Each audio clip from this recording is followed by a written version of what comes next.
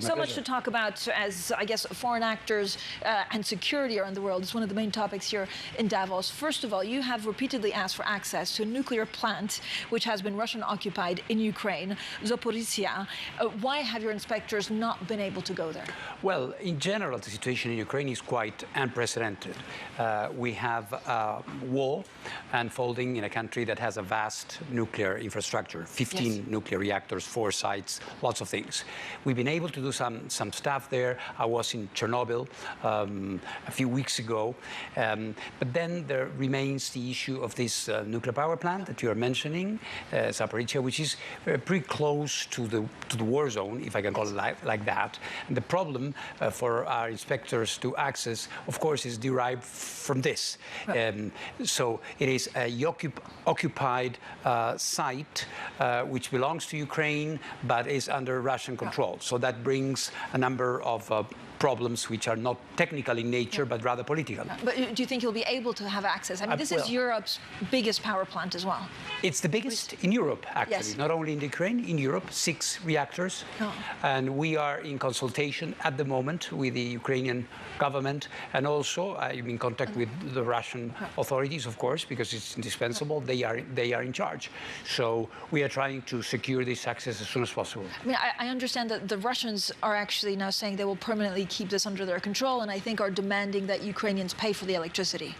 Well, there have been some statements in this sense, but nothing that has been confirmed officially. For the moment, what I can say is that we have this peculiar situation. The plant is in Russian hands, but is operated by Ukrainian people, and it's feeding the Ukrainian grid, not the Russian one. What can you do under these conditions, though, going forward? We have to go there. The reason we have to go there is because there we have more than 30,000 kilograms of plutonium, 40,000 kilograms of enriched uranium, and we are the ones who have to check that this material is there and it's not been deviated to some other users. And you know, insofar as my inspectors do not have the access, then there is a loophole there that might be created.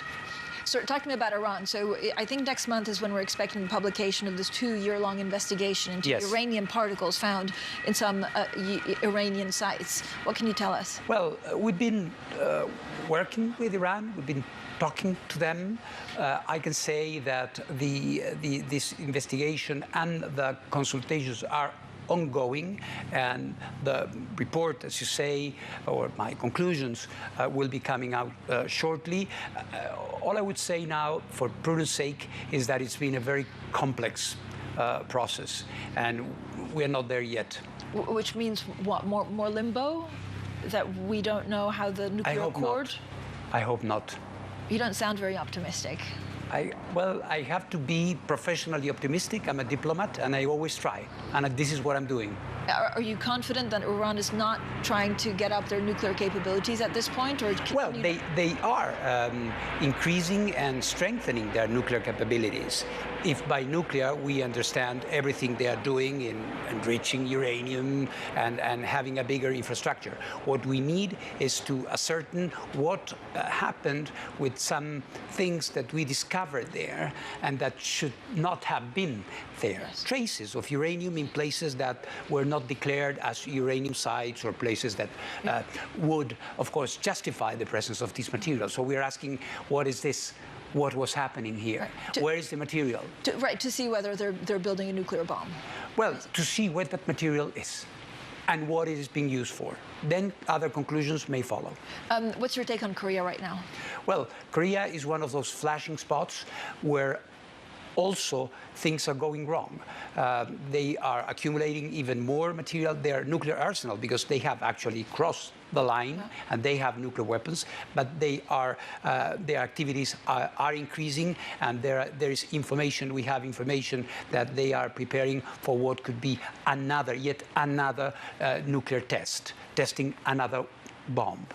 What is the right way to deal with Korea right now? I think what one needs is engagement, is political engagement. Without a political engagement, a structured process, not a meeting, a structured process, which, as in the past would allow for the inspectors, the IAEA, to return, we're not going to move. But whose job is that? Is there, does the war in Ukraine take so much away from other parts of the world that peace and security worldwide are at risk? Well, there must always be space and time for peace and negotiations. I cannot accept that because we have another crisis in another part of the world, we do not pay the necessary attention to something which is, I was in Japan last week, and I can tell you there, perhaps here in Davos, we do not feel that.